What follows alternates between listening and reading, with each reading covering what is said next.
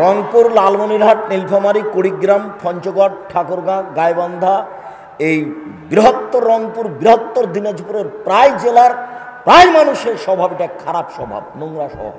এরা সবাই গরু, ছাগল, পশু প্রাণী, কুকুর সিরে গেল। এই ছেলে, তোমার বাপ তোমার জাতিকে চ্যালেঞ্জ করেছি, তোমার বাপ তোমার ফুফুকে জমি দেয়নি, তোমার বাপকে আমি কুকুর শ্রীগাল প্রমাণ না করতে পারলে আজকে সালাম দিয়ে উঠে চলে যাব, আর আমি বক্তব্য দেবো না রংপুরের মাটিতে। তোমার বাপকে আগে কুকুর শ্রীগাল প্রমাণ করব, তারপরে কোনো কথা। এই ছেলে, তোমার দাদা মারা গেছে, তোমার বাপ জমি নিবে সকালে আর তোমার ফুফু জমি নিবে বিকেলে, এর প্রমাণটা দাও। তোমাকে বলে গেছি, তোমার বাপকে বলিও ভাগ্য নিয়ে এসেছি, ভাগ্য ছেড়ে আসিনি, প্রয়োজনে ভিক্ষা করে খাবো, ফুফুর জমি খাবো না। তোমাকে আমি এই কথা শতবার বলেছি, এরপরেও তোমার বাপ এখনো তোমার ফুফুকে জমি দেয়নি। তোমার ফুফু জমি চাইলেই তোমার বাপ বলে তাহলে এ বাড়িতে আর আসিস না। এটা তোমার বাপের চরিত্র, তোমারও চরিত্র তাই হবে। এটা মাটিরও দোষ হতে পারে, পরিবর্তন হও। আর তুমি যদি আমাকে বলো, তা আমি আমার বাপকে মাটি দিয়ে এসে আগে জমি ভাগ করেছি, তারপরে খাওয়া দাওয়া, তারপরেও আমরা জমিয়ে চাষ করি না। আমার ছোট ভাই জমি দেখেনি, ও শুধু জানে।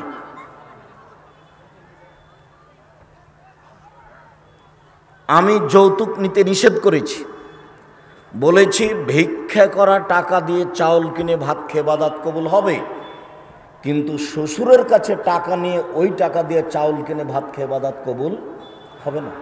32 বছর থেকে বলছি, এমন কোনো মায়ের বেটা আছে ফটো উল্টে ধরতে পারে? ভিক্ষা করে খাওয়া অনেক ভালো, বাপ বেটা ভিক্ষা করে খাও। ভিক্ষা যদি তোমরাকে রংপুরে না দেয় তো বগুড়া যাও, ভিক্ষা করে খাও, তবু যৌতুক নিবা না। 24 ঘন্টার মধ্যে যৌতুক ফেরত দিতে হবে। খাট খাটলা, চৌকি, বাক্স, মোটরসাইকেল, টাকা পয়সা যা আছে সব ফেরত দিতে হবে।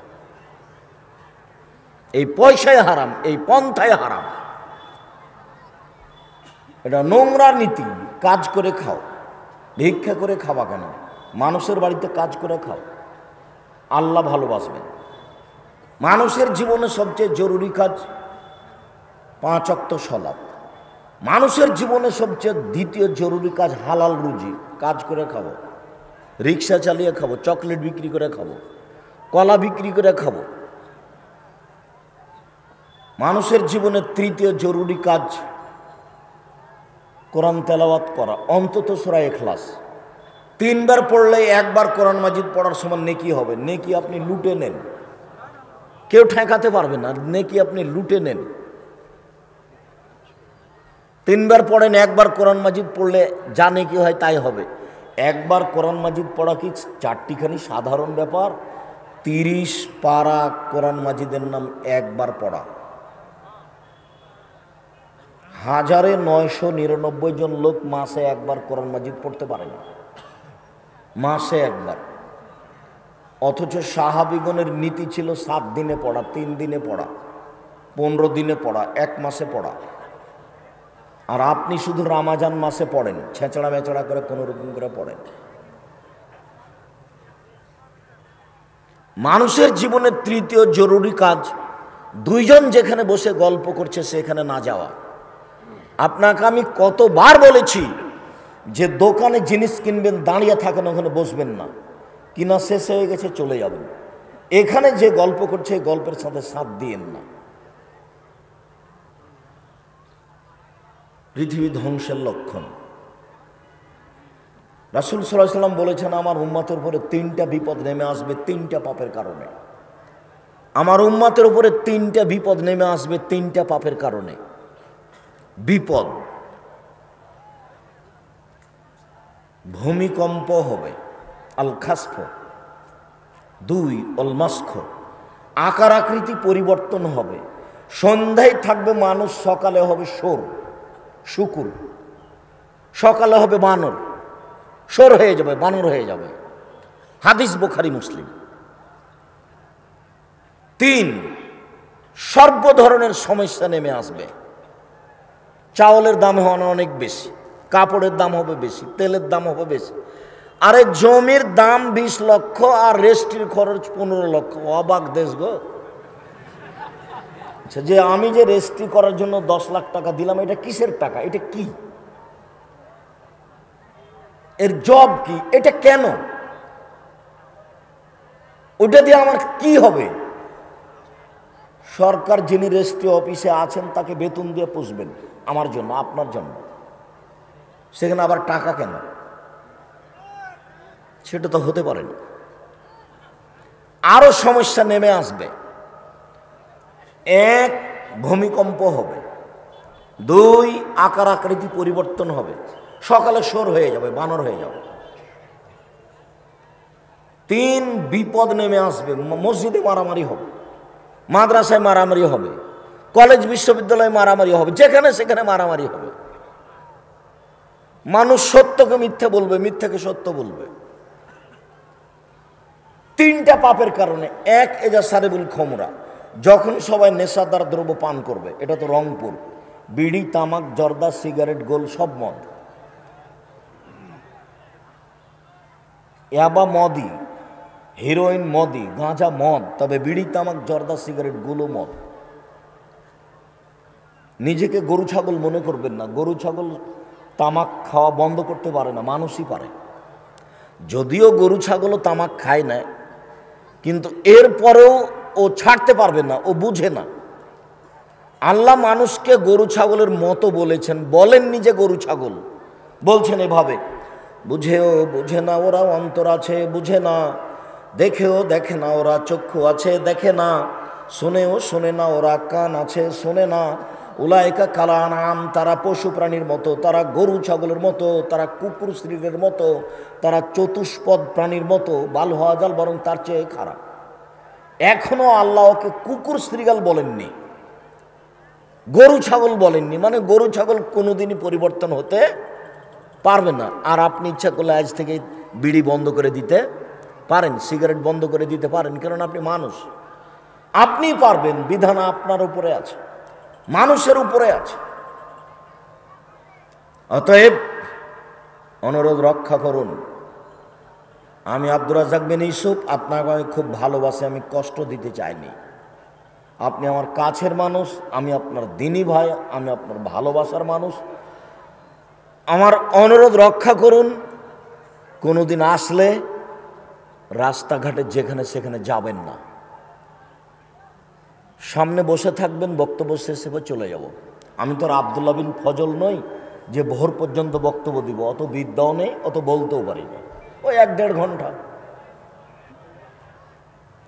কাজেই আবারও অনুরোধ করছি, যেখানে যারা আছেন রাস্তাঘাটে, দোকানপাটে সব চলে আসেন। উপস্থিত বৈঠকের মুসলিম বোন, আপনাকে আমি বাড়ির দিকে চলে যেতে দেখলাম, ঢং ঢং ঢং ঢং করে আসলেনি কেন আর যাচ্ছেন কেন?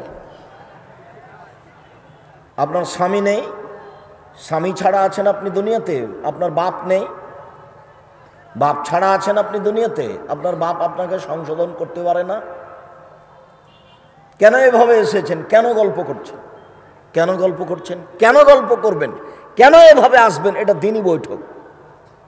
এসেছেন, চুপচাপ বসে থাকবেন। কেউ যদি গায়ের ওপর দিয়ে চলে যায় তবু মুখ খুলবেন না। আমি আপনার জন্য এসেছি, এবং এরকম একটা সময় বের করতে কয়েক বছর লাগে।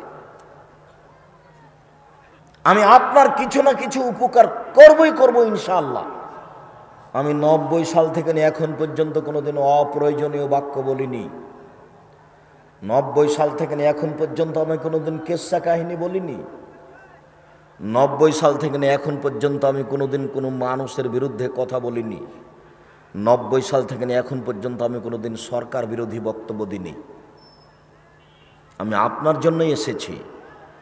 আপনার আমি কিছু না কিছু উপকার করবই করব ইনশাআল্লাহ। আপনি অপেক্ষা করুন, মুখ বন্ধ করে আমাকে দেখতে পান আর না পান, বসার জায়গা পান আর না পান, দাঁড়িয়ে থাকেন আর বসে থাকেন, চুপচাপ থাকেন। যখন বাড়ি যাবেন তখন আপনার কিছু কর্ম মনে হবে যে এটা করা লাগবে, এটা করা লাগবে ইনশাল্লাহ। আপনি ধৈর্য ধারণ করুন, আমি আপনার কিছু না কিছু উপকার করবো ইনশাল্লাহ। আমি বলেছি, জাতির যদি রাস্তাঘাট করে দিতে না পারি, জাতির যদি স্কুল কলেজ করে দিতে না পারি, জাতিকে চূড়ান্ত সঠিক ধর্ম দিতে পারবো ইনশাআল্লাহ। ধর্মের ব্যাপারে জাতিকে ফাঁকি দিয়ে পরকাল হারাতে রাজি নই। আমি বলেছি, আমার হাতে টাকা নেই, এ কথা সত্য। জামিয়া সালাফিয়া নামে এদেশে অনেক প্রতিষ্ঠান গড়ব ইনশাআল্লাহ, এ কথাও সত্য, গড়বই গড়ব। যেখানে ছেলে মেয়ে বাংলা, ইংরেজি, আরবি উন্নত মানের শিক্ষা অর্জন করে জাতির অন্যায়ের বিরুদ্ধে লড়বে, মুখে কলমে মিডিয়ায়। মুখে বলছি, কলম পাশে আছে। আল ইতিসাম পত্রিকার মুফতি 12 জন, দেশের বিদেশের। বিদেশি শিক্ষক জামিয়া সালাফিয়া থাকেন। এক একজনের পিছনে খরচ আছে 70 থেকে 80 হাজার টাকা, এক একজনের পিছনে। 12 জন দেশ বিদেশের মুফতি আছেন। 50টা প্রশ্নের উত্তর দেওয়া হয়। যে ফতোয়া বোর্ড আমি নিজে চালাই, যার জন্য আমি বলেছি জামিয়া সালাফের মুখপাত্র পত্রিকা আপনার সবচেয়ে কাছের বন্ধু হবে মাসিক আল ইতিসাম পত্রিকা। আমি বড় মোবাইলকে বন্ধ করতে বলিনি। বড় মোবাইলের অপর নাম জাদু, বড় মোবাইলের অপর নাম জেনা। ল্যাংটা মেয়েতে বের হয়ে আসে। রাসূল সাল্লাল্লাহু আলাইহি সাল্লাম বলছেন, আয়নানে তাজনিয়ানে জেনা হুমান নাজরো, 2 চোখের জেনা হচ্ছে চোখ দিয়ে দেখা। অল আয়নানে জেনা হুমল ইস্তেমাও, 2 কানের জেনা হচ্ছে কান দিয়ে শোনা। অল ইয়াদ জেনা হাল বাদশ, হাতের জেনা হচ্ছে হাত দিয়ে ধরা। জেনার রিজলাল মাসি, পায়ের জেনা হচ্ছে পা দিয়ে চলা। জেনাল কালব তাতামানা তাস্তাহি, অন্তরের জেনা হচ্ছে পরিকল্পনা করা। জেনাল লেসানা নুতক, জিহ্বার জেনা হচ্ছে কথা বলা। হাদিস বুখারী মুসলিম, সবটাই জেনা। এ কথা মুহাম্মদ সাল্লাল্লাহু আলাইহি সাল্লাম বলেন। তার মুখের ভাষা আরবি থেকে আপনাকে আমি বাংলা করে শোনালাম। এই ছেলে, তোমার মোবাইলে ল্যাংটা মেয়ে নাচে, তোমার মোবাইলে 100 মেয়ের নাম্বার আছে যাদের সাথে তুমি জেনার গল্প করো। তুমি নিজেকে গরু ছাগল মনে করিও না। তোমার মোবাইল তোমার বন্ধু নয়, তোমার মোবাইল তোমাকে ধ্বংস করতে এসেছে। মাসিক আল ইতিসাম পত্রিকাকে আমি তোমাকে বন্ধু বলে গ্রহণ করতে বলেছি। 3টি পাপের কারণে 3টা বিপদ নেমে আসবে আমার উম্মতের উপরে। 1, যখন তারা নেশাদার দ্রব্য পান করবে। 2, জাহারাতিল কানাত, মেয়েরা নাচবে। সব মোবাইলে মেয়ে নাচে, সব দোকানেই মেয়ে নাচে, প্রায় সব ঘরে মেয়ে নাচে। ব্যক্তি তাহাজ্জুদ পড়তে উঠেছে রাত 3টায়, 2 রাকাত পড়ার পরে টিভিটা চালু করে ল্যাংটা মেয়ে দেখছে। ল্যাংটা মেয়ে তাকে পাগল করেছে, টিভি তাকে পাগল করেছে, মোবাইলেও আসক্ত হয়েছে। পায়খানাতে মোবাইল সাথে নিয়ে যাচ্ছে। মোবাইলের অপর নাম জাদু। তোমাকে ঘৃণা করছে, তোমার হাতে যেন এটা না ওঠে। জামিয়া সালাফিয়ায় শিক্ষক শিক্ষিকা কর্মচারীর বেতন লাগে প্রতি মাসে প্রায় 30 লক্ষ। জামিয়া সালাফিয়ায় শিক্ষক শিক্ষিকা কর্মচারীদের প্রতি মাসে বেতন লাগে প্রায় 30 লক্ষ। তো আমি তোমার সাথে, জনগণের সাথে, মানুষের সাথে যোগাযোগ করি ওই ছোট মোবাইল দিয়েই। রিং হলে আমি শুধু অন করতে পারি, আমি তোমার নামটা সেভ করতে পারি না। তারপরে তো আমি দুনিয়াতে আছি। এবং খুব যে অপমান অবস্থায় আছে তা মনে হয় না, মনে হয় যে ভালো অবস্থাতেই আছে। বিশেষ করে তোমার নামটা সেভ করার মতো আমার কাছে কোনো বুদ্ধিবিদ্যা নেই। তুমি ভুল করেছো, এ মোবাইল তোমার বন্ধু নয়। আমার উম্মত ধ্বংস হবে 3টি পাপের কারণে। 1, যখন তারা নেশাদার দ্রব্য পান করবে। 2, মেয়েরা যখন নাচবে।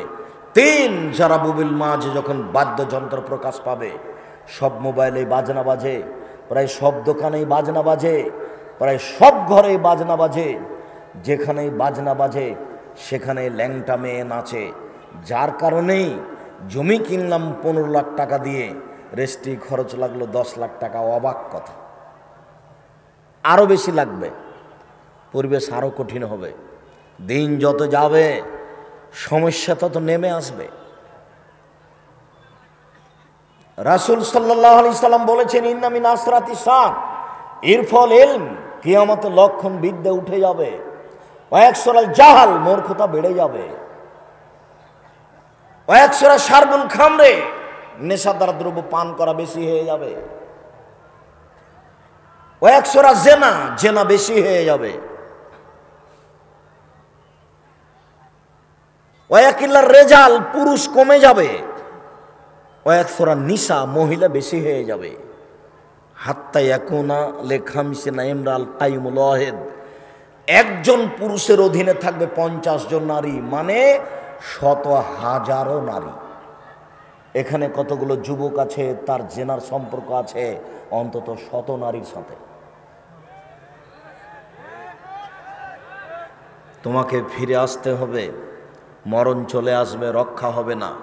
যে জিনিস আসবে সেটা চলে এসেছে, মরণ আসবে মানে চলে এসেছে, কিয়ামত আসবে মানে চলে এসেছে। কবর যত কঠিন, কিয়ামত তার চেয়ে অনেক বেশি কঠিন।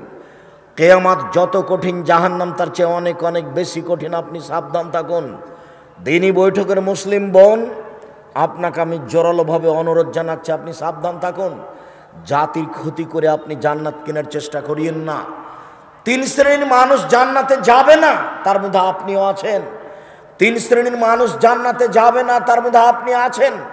রাসূল সাল্লাল্লাহু আলাইহি সাল্লাম বলছেন, 3 শ্রেণীর মানুষ জান্নাতে যাবে না।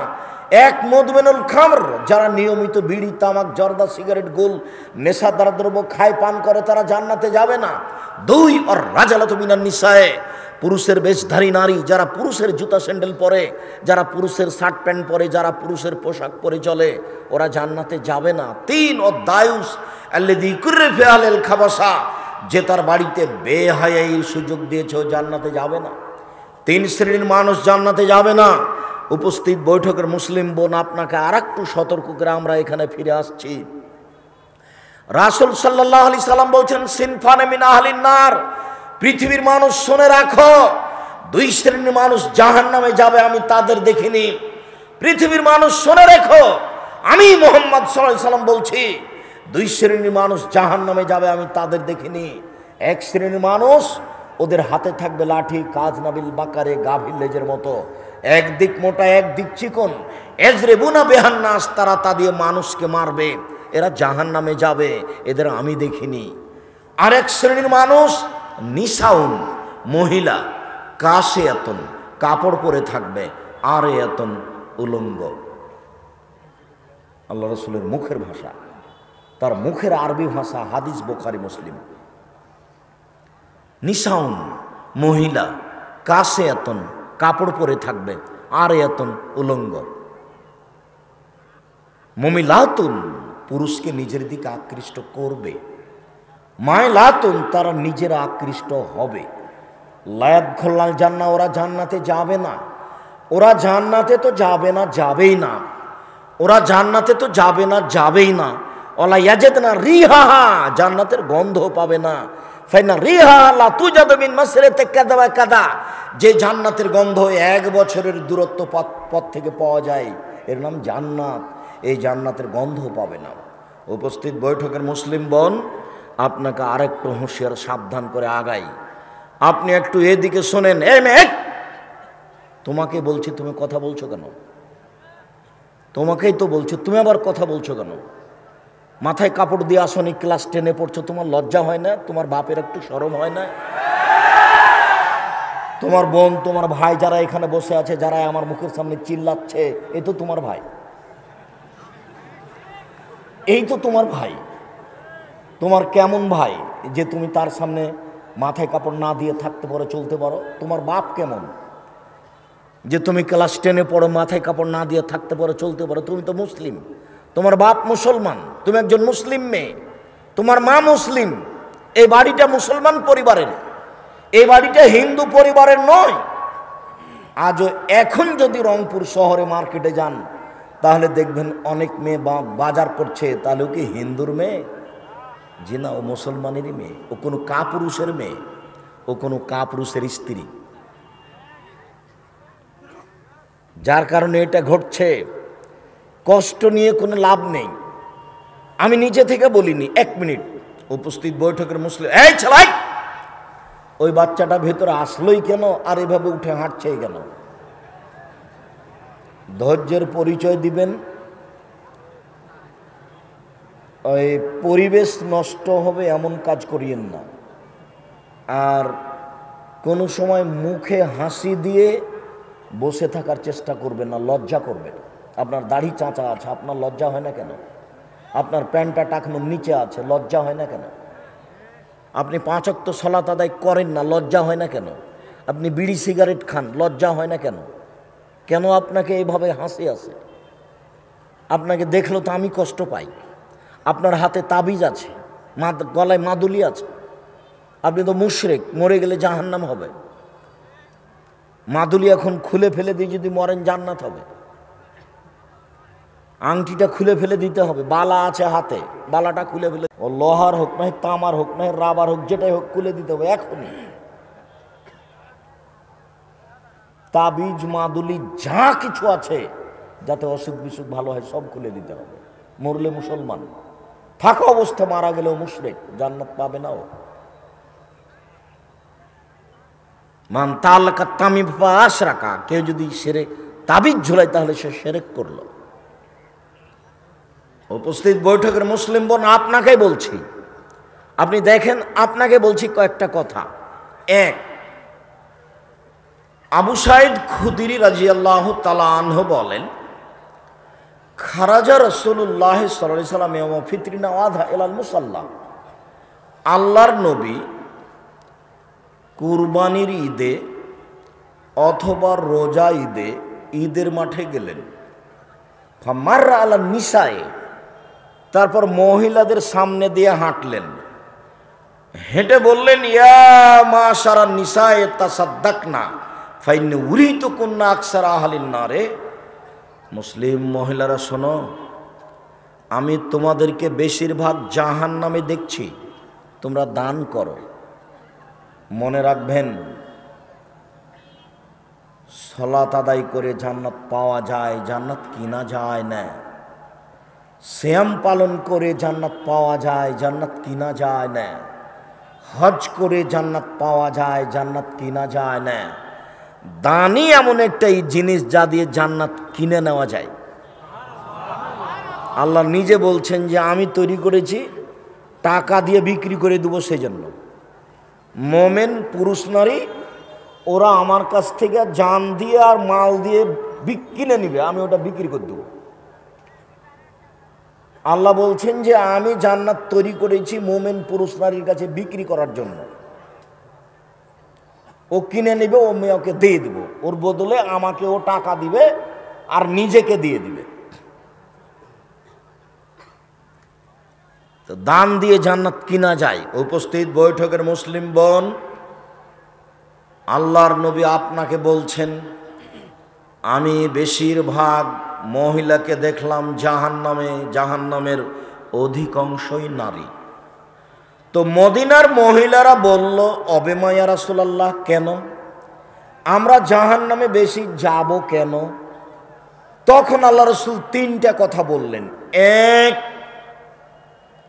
তুকসিরনা লানা, তোমরা মানুষের অভিশাপ করো, বদনাম করো, অভিশাপ করো, বদনাম করো, ছোট কথার পিছনে লেগে থাকো, এই জন্য জাহান্নামে যাবা বেশি। 2, তাকফুরনা লাশিরা, স্বামীকে মেনে চলো না। ইয়াকফুরনা লাশিরা, স্বামীকে মেনে চলে না, এই জন্য জাহান্নামে যাবে। এই 2টা বললেন। তারপরে বলছেন, তোমরা শোনো, মারাআইতু আকে নাকে সাথে আকলি ন দিনিন আযাব আল রব্বিল রাজুলিল হাজম মিন ইহদা কুন্না, আমি তোমাদের চেয়ে দেখিনি কাউকে যে বুদ্ধিমানের বুদ্ধিকে নষ্ট করতে পারে। তোমরা এমন জাতি যে বুদ্ধিমানের বুদ্ধিকে নষ্ট করতে পারো। আমি দেখিনি তোমাদের চেয়ে কাউকে যে বুদ্ধিমানের বুদ্ধিকে নষ্ট করতে পারে। তোমরা এমন জাতি যে বুদ্ধিমানের বুদ্ধিকে নষ্ট করতে পারো। একবার হাসি মুখে কথা বললে যার সাথে বলো তার ঈমান বিক্রি হয়ে যায়। তোমার নাম্বার ধরে রাখে, তোমার সাথে কথা বলার জন্য চেষ্টা করে, মানে তুমি ঈমান তার কাছে বিক্রি করেছ।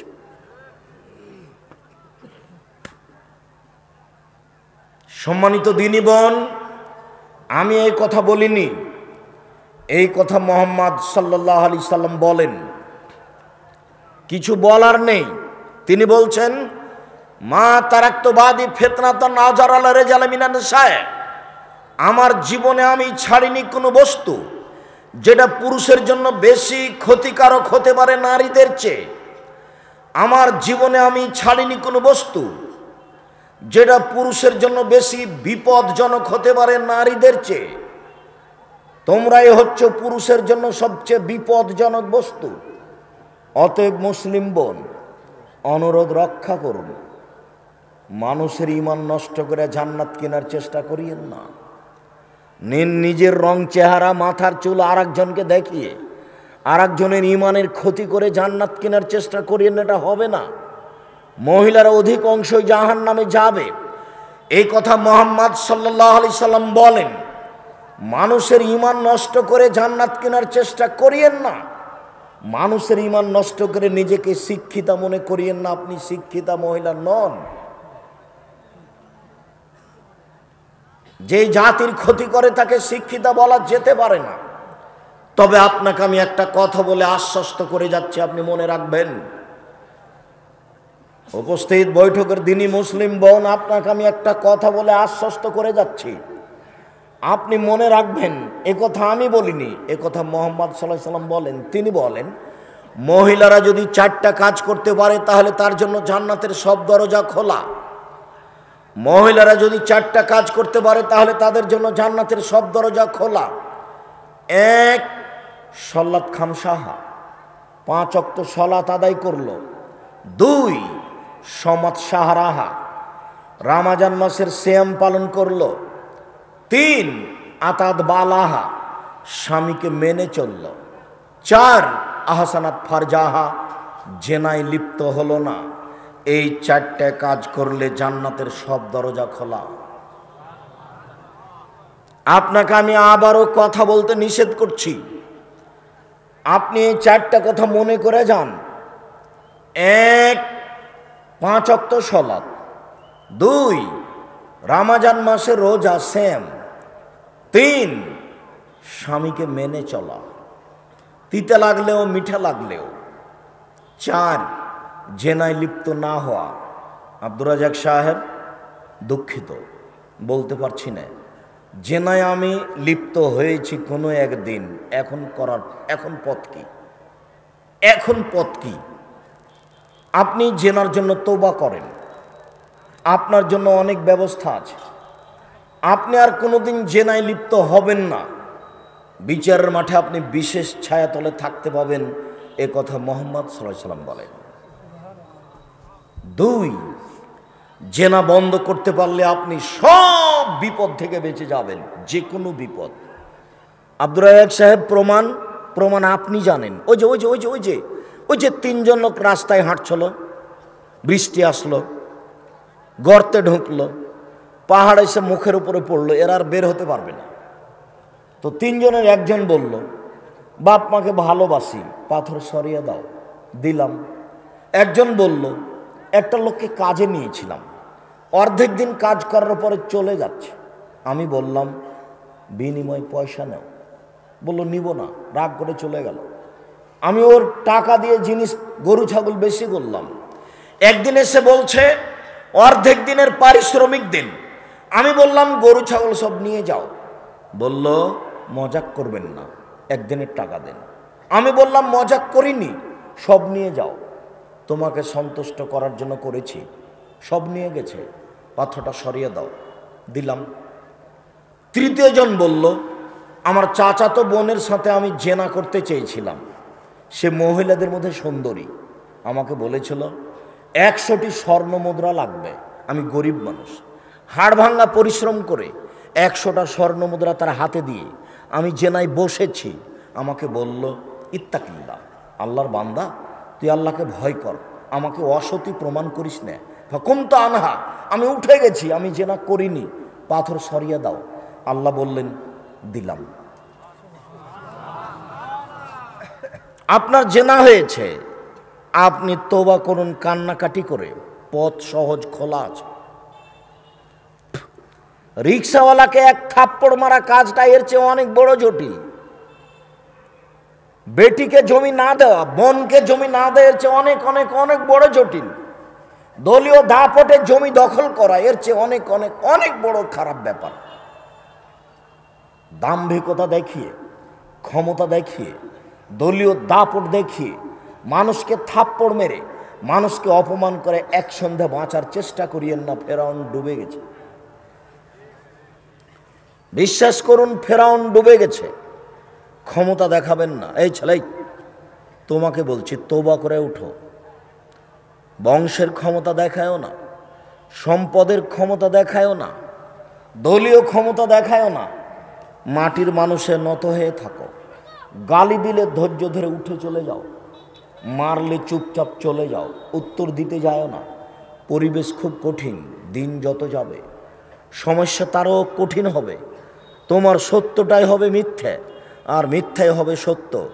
এই কথা মুহাম্মদ সাল্লাল্লাহু আলাইহি সাল্লাম বলেন। অতএব উপস্থিত বৈঠকের মুসলিম বোন, 4টা কাজ করলে আপনি জান্নাত পাবেন। 1, 5 ওয়াক্ত সালাত নামাজ, 2 রমজান মাসের রোজা, 3 স্বামীকে মেনে চলা, তিতা লাগলেও মিঠা লাগলেও। আমার একটা পরামর্শ শুনে রাখেন, মাস মাস স্বামীর সাথে কথা বলবেন, এটা চলবে না। সপ্তাহ যাবৎ কথা বলছেন না, মেয়েকে বলছেন তোর আব্বাকে খাবার দিয়াই, বৌমাকে বলছেন তোমার শ্বশুরকে খাবার দিয়ে আসো, আপনি নিজে যাচ্ছেন না। কোনো সময় গেলেও গিলাসটা সামনে ঠ্যাকস করে রেখে উল্টা চলে যাচ্ছেন। এইভাবে সংসার চলবে না। মিঠা লাগলেও তার সাথে কথা বলেন, তিতা লাগলেও তার সাথে কথা বলেন।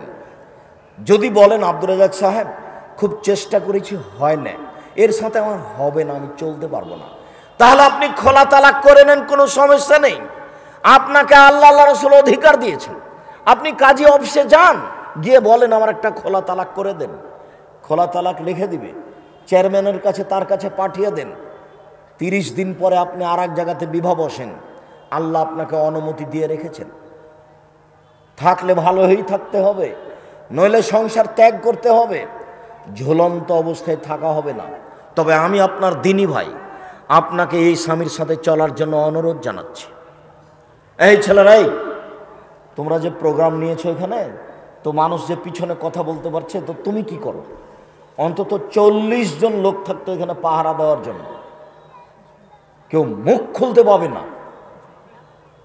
আমি তো কোনো নির্বাচন করতে আসিনি, ভোট চাইতে আসিনি, তুমি মুখ খুলছো কেন? তুমি মুখই খুলতে পাবা না। তুমি যখন উঠতে পাবা না তখন মুখ খুলতে পাবা না। পেশাব পায়খানা লাগলেও কিছুক্ষণ দেরি করতে হবে। তোমার বিরক্তির আগে আমি কথা শেষ করব। আমিও চাচ্ছি তাড়াতাড়ি শেষ করতে। আমি রাজশাহী ফিরে যাব, সকালে ক্লাস নেব ইনশাআল্লাহ। আমিও অপেক্ষায় আছি, তুমি ধৈর্য ধারণ করো, আমাকে দেখতে পাও আর না পাও। উপস্থিত বৈঠকের মুসলিম বোন, আপাতত আপনার সাথে আমি কথা শেষ করলাম। আপনি 4টা কাজ করেন, নিরাশা হয়েন না। জাহান্নামে অধিকাংশ নারী, এ কথাই ঠিক। এরপরেও জান্নাতে নারী যাবে, এ কথাই ঠিক। মনে কিছু নিয়েন না, আপনার সুবিধার জন্য আরেকটা কথা বলে রাখলাম। রাসূল সাল্লাল্লাহু আলাইহি ওয়াসাল্লাম বলছেন, ইন্নাল মারাতা তুকবিলু সূরাতে শায়তানিন ওয়া তুদবিরু ফি সূরাতে শায়তান। মহিলারা শয়তানের বেশ ধরে আসে, শয়তানের বেশ ধরে যায়। মহিলারা শয়তানের বেশ ধরে আসে, শয়তানের বেশ ধরে যায়। হাদিস মুসলিম। আব্দুর রাজ্জাক সাহেব, এত কঠিনভাবে আমাদের ব্যাপারে কথা? জি, আপনার ব্যাপারে কথা আছে, এ কথাই ঠিক। তবে আপনাকে তো আমি খাদিজার মতো মনে করি, আপনাকে আমি আয়েশার মতো মনে করি। 1 মিনিট দেখবেন, 1 মিনিট আপনি দেখবেন একটু খাদিজাকে। এদিকে দেখেন, আবু হুরায়রা রাদিয়াল্লাহু তাআলা আনহু বলেন, আতা জিবরাইল ইলান নবী সাল্লাল্লাহু আলাইহি সাল্লাম। জিবরাইল নবীর কাছে আসলেন, এসে বলছেন, হাজিহি খাদিজা, এই যে যে যে যে যে এই যে খাদিজা আতাত আসছে, মাআহা এনাউন, ওর কাছে একটা বাটি আছে, খাদিজার কাছে, ফিহে এদামুন ও তমুন, বাটিতে আছে খাদ্য, বাটিতে আছে তরকারি। শোনেন, এই যে আতাতকা, যখন তিনি আপনার কাছে চলে আসবেন, জিবরাইল বলছেন। কে বলছেন বলেন তো? জিবরাইল বলছেন। কাকে বলছেন? আল্লাহ রাসূল মুহাম্মদ সাল্লাল্লাহু আলাইহি ওয়াসাল্লামকে বলছেন। শোনেন, ও যখন আপনার কাছে চলে আসবে তখন ফাকরা আলাইহা সালাম মিন রাব্বিহা মিন্নি, আপনি তাকে সালাম দিবেন আল্লাহর পক্ষ থেকে, আপনি তাকে সালাম দিবেন আমার পক্ষ থেকে, আপনি তাকে সালাম দিবেন আল্লাহর পক্ষ থেকে, আপনি তাকে সালাম দিবেন আমার পক্ষ থেকে। অবাশশার হবে বাইতিন ফিল জান্নাহ, জান্নাতে একটা ঘর তার জন্য বানানো হয়েছে, এইটা আপনি বলে দিবেন। হীরা মুক্তা মাণিক্য দিয়ে তার জন্য জান্নাতে একটা ঘর তৈরি করা হয়েছে, হীরা মুক্তা মাণিক্য দিয়ে। ওয়ালা সাখাবিন ফিহি ওয়ালা নাসব, সেখানে কোনো হইচই নেই, সেখানে কোনো কষ্ট ক্লেশ নেই, সেখানে কোনো হইচই নেই, সেখানে কোনো কষ্ট ক্লেশ নেই। তার জন্য একটা জান্নাতে ঘর বানানো হয়েছে হীরা মুক্তা মাণিক্য দিয়ে। বলেন তো, ইনি পুরুষ মানুষ না মহিলা মানুষ? মহিলা মানুষ। আল্লাহ রাসূল যখন বললেন মহিলারা শয়তানের বেশে আসে, শয়তানের বেশে যায়, তখন খাদিজাকে ছেড়ে বলেননি। তাহলে বোঝা যাচ্ছে যে ভালো আমল করবে যারা, তারা এর মধ্যে নয়, পৃথক হয়ে গেছে। আল্লাহ রাসূল বলছেন, এক মিনিট আমার দিকে দেখেন, আল্লাহ রাসূল বলছেন, আয়েশা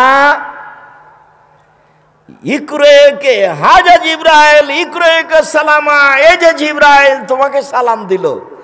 মানে এক খাটে তিনজন, এক খাটে মুহাম্মদ সাল্লাল্লাহু আলাইহি সাল্লাম, আয়েশা রাদিয়াল্লাহু তাআলা আনহা, জিবরাইল আলাইহিস সালাম, এক জায়গায় তিনজন, এক জায়গায় এক খাটের উপরে, এক চাদরের নিচে তিনজন। আল্লাহ নবী বলছেন, আয়েশা তোমাকে জিবরাইল সালাম দিল। তখন আয়েশা বলছেন, ওয়া আলাইহিস সালাম ওয়া রাহমাতুল্লাহ, তার উপরে আল্লাহর শান্তি বর্ষিত হোক, তার উপরে আল্লাহর রহমত নাজেল হোক। ওহুয়া তারা ওয়ালা নারা, আরে আপনি তো দেখতে পান, আমরা তো দেখতে পাই না। আপনি তো জিবরাইলকে দেখতে পাচ্ছেন, আমি তো দেখতে পাই না। এক খাটে তিনজন, বোঝা গেল না কথা? মনে হয় মানে ওইখানেই বলছেন, আয়েশা যে জিবরাইল তোমাকে সালাম দিল, হাজা জিবরাইল, এই যে জিবরাইল, হাদিসে এসেছে, হাজা জিবরাইল, এই যে জিবরাইল তোমাকে সালাম দিল। তখন আয়েশা বলছেন, ওয়া আলাইহিস সালাম ওয়া রাহমাতুল্লাহ। উনি তার দেখতে পাচ্ছেন না, উনি বলছেন তার উপরে শান্তি, তার উপরে সালাম, তার উপরে রহমত। ওহো আয়ারা ফালানারা, তিনি তো দেখতে পান, আমরা তো দেখতে পাই না। এক জায়গায় তিনজন। আপনাকে তো আমি আয়েশার মতো মনে করি। আপনি আর একটা কথা মনে রাখেন, ভালো করে মনে করেন তো, খেয়াল করেন। তাই ছেলে, তোমার বোন যদি মনে রাখতে না পারে তাহলে তুমি বলে দিও গিয়ে, এদিকে দেখো, তুমি আবার মনে করে যাও। আল্লাহর নবীর কবর হয়েছিল কার ঘরে বলো তো দেখি? আয়েশা রাদিয়াল্লাহু তাআলা আনহার ঘরে। তো এখন তো কবর হয়ে গেছে, ওখানে তো উনি শোন না। তো যখনই যান তখন মনে করেন এটা আমার স্বামীর ঘর, তো মাথায় কাপড় দেন না, স্বাভাবিকভাবে যান। তো অনেকদিন পরে সেখানে কবর হলো তার বাপের, তখন তিনি বলছেন এটা আমার স্বামীর কবর, এটা আমার বাপের কবর। তেমনি স্বাভাবিকভাবে যান, মনে কিছু করেন না। কিছুদিন পরে ওখানে কবর হলো উমর রাদিয়াল্লাহু তাআলা আনহুর। তখন আয়েশা বলছেন, আমি কবরকে লজ্জা করি, সেই দিন থেকে আর আমি মাথায় কাপড় না দিয়ে ওখানে যাই না। আর আপনি এখন মাথায় কাপড় দিয়ে আছেন না, না দিয়ে আছেন। বলেন আপনি আমাকে কি বলতে চাচ্ছেন? বলেন আপনি আমাকে কি বলতে চাচ্ছেন? সম্মানিত দিনী ভাই বোন, হাজার হাজার লক্ষ জনতা এসেছেন।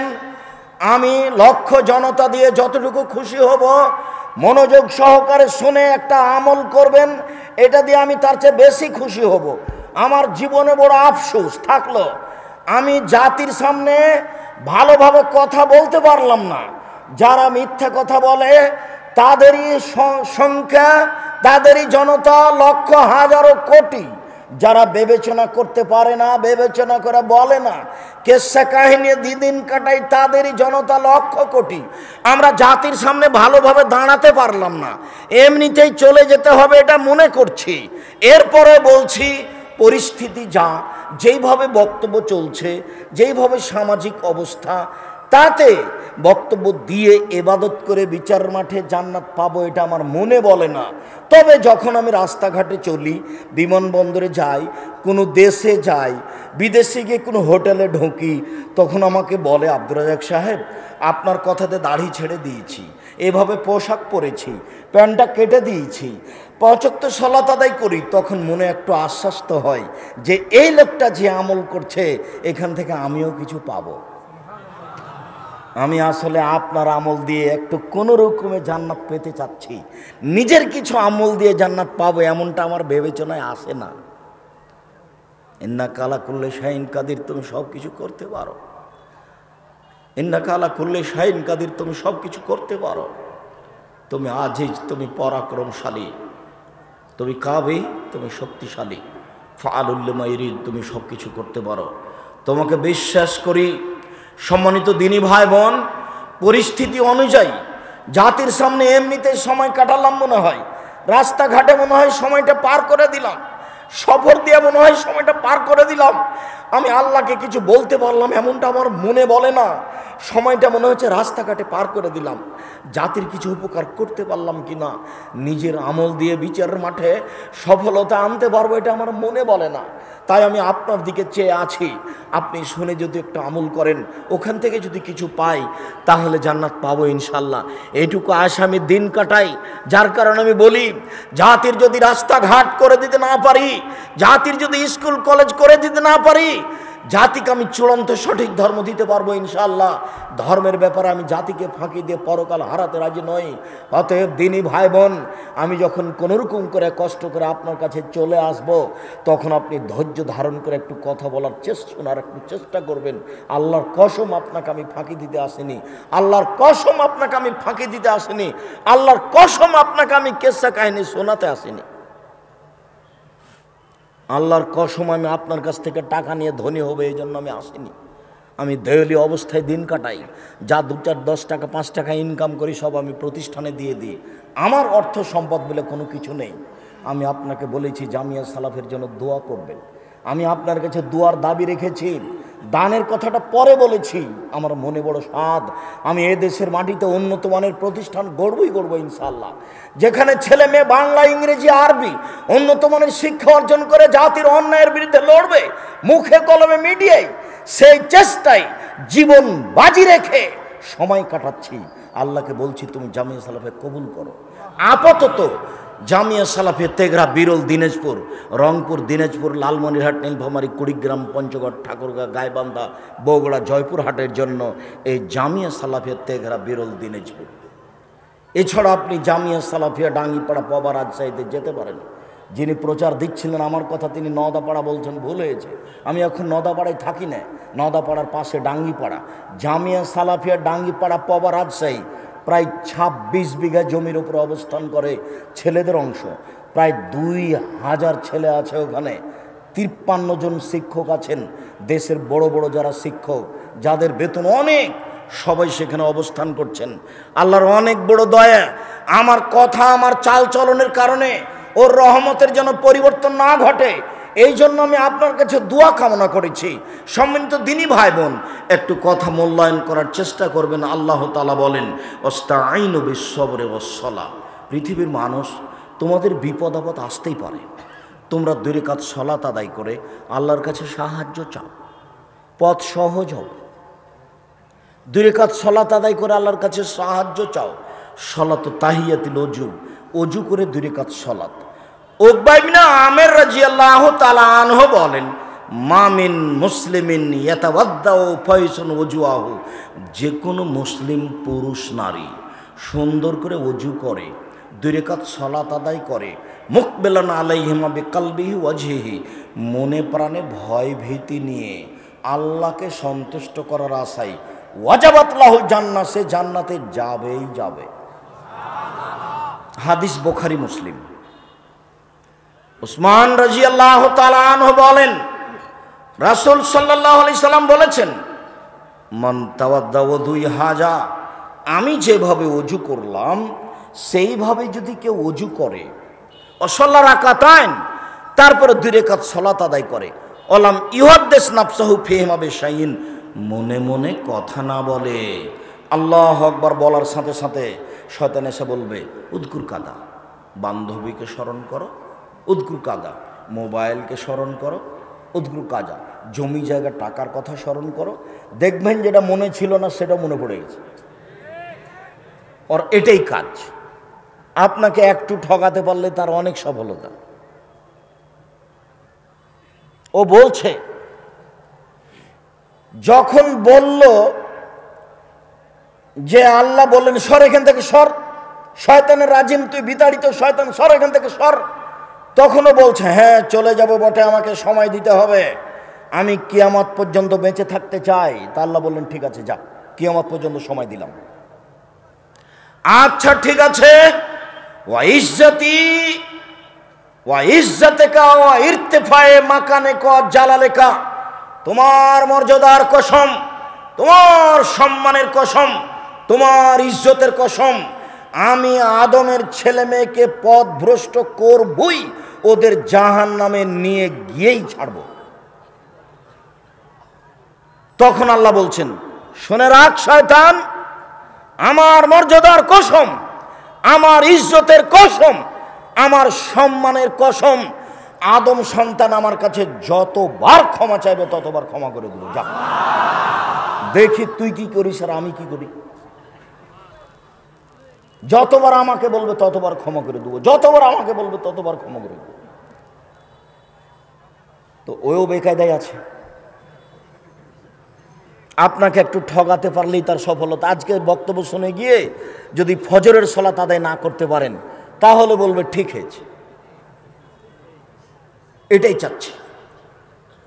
সম্মানিত দিনী ভাই বোন, রাসূল সাল্লাল্লাহু আলাইহি সাল্লাম বলেন, যে ব্যক্তি সুন্দর করে ওযু করলো, 2 রাকাত সালাত আদায় করলো, মনে মনে কথা বলল না, গফিরা লাহু মা তাকাদ্দামা মিন জামবিহি, তার অতীতের সব পাপ ক্ষমা।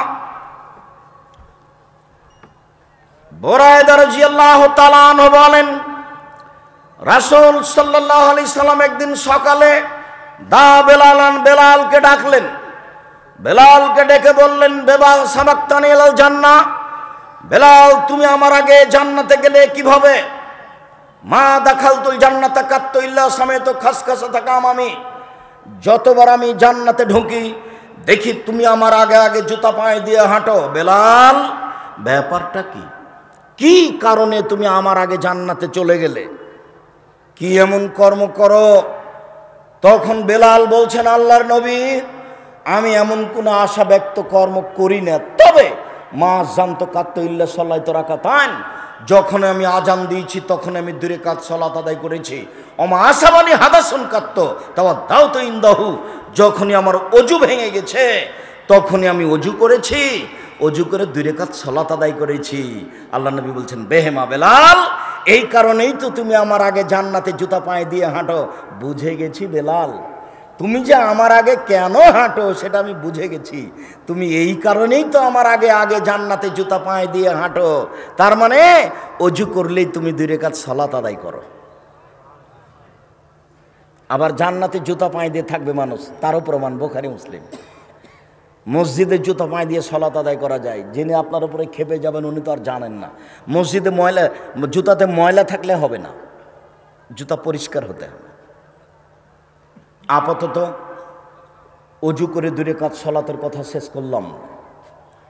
এমনভাবে চুপচাপ বসে থাকবেন পাখি যেন মনে করে আপনি পাথর।